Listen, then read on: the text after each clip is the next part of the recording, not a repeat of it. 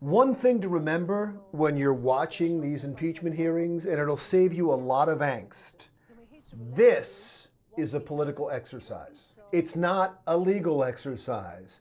It's not really even about right or wrong. It's purely about politics. Take a look at history. Bill Clinton was impeached by a House of Representatives that the Republicans controlled with a 227 to 206 seat margin.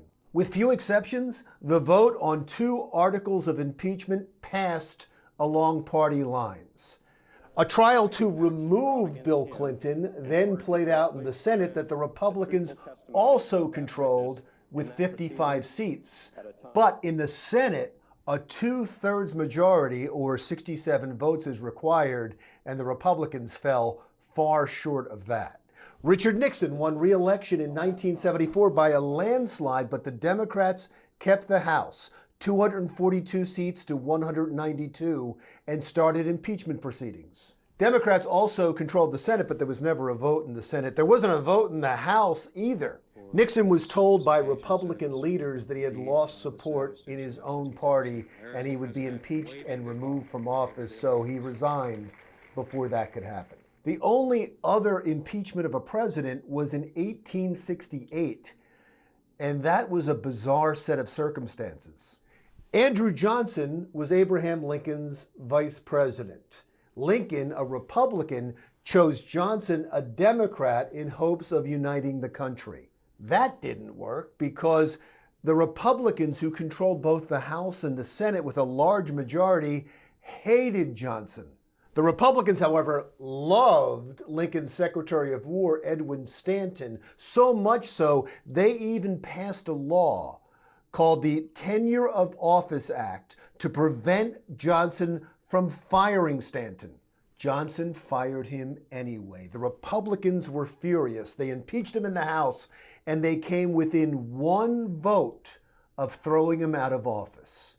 Every one of the impeachments happened because the House of Representatives was controlled by the opposing party. Not one of them would have happened without that. And all this is allowed because the writers of the Constitution weren't specific enough.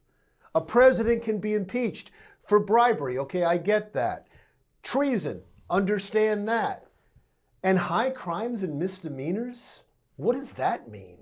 They might as well have written bribery, treason, and other stuff. And they didn't establish a process in the Constitution either, only that the House impeaches and the Senate holds a trial and has to have a 2/3 majority. And that's why the Democrats have been able to make things up as they go along.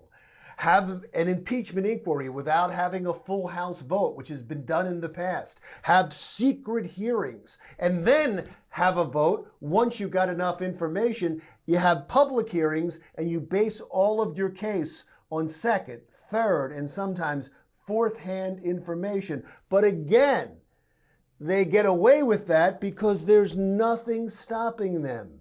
This is a political process, not a legal process where there are set rules. Now, we do have some power over all of this. Public opinion is extremely important in these matters, but the country is so divided, and people are entrenched on both sides and refusing to budge.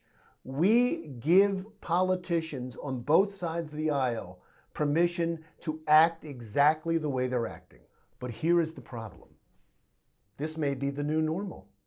Every time the White House and the House of Representatives are controlled by opposing parties, this can and will happen again and again.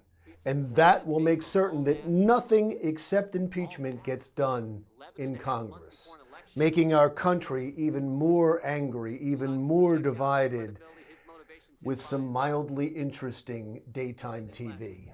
This is a sad day. This is a sad day for this country. You think about what the Democrats have put our nation through for the last 3 years. Soon. Started July of 2016 when they spied on 2 American